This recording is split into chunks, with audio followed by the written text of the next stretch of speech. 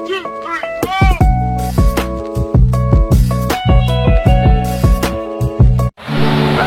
teman-teman, kali ini Denyanu berada di Balikambang.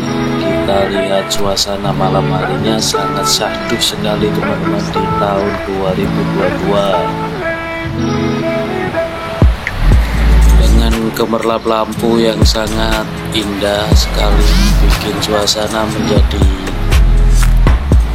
ayem tentrem teman-teman. Besok kita akan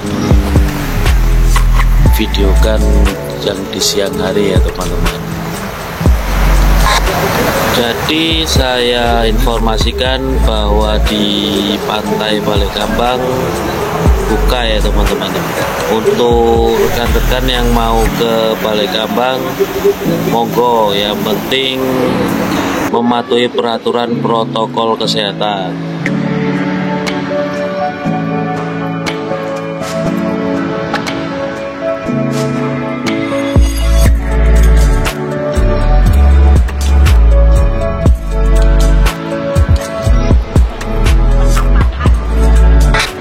Cukup sekian informasi dari saya. Wassalamualaikum warahmatullahi wabarakatuh.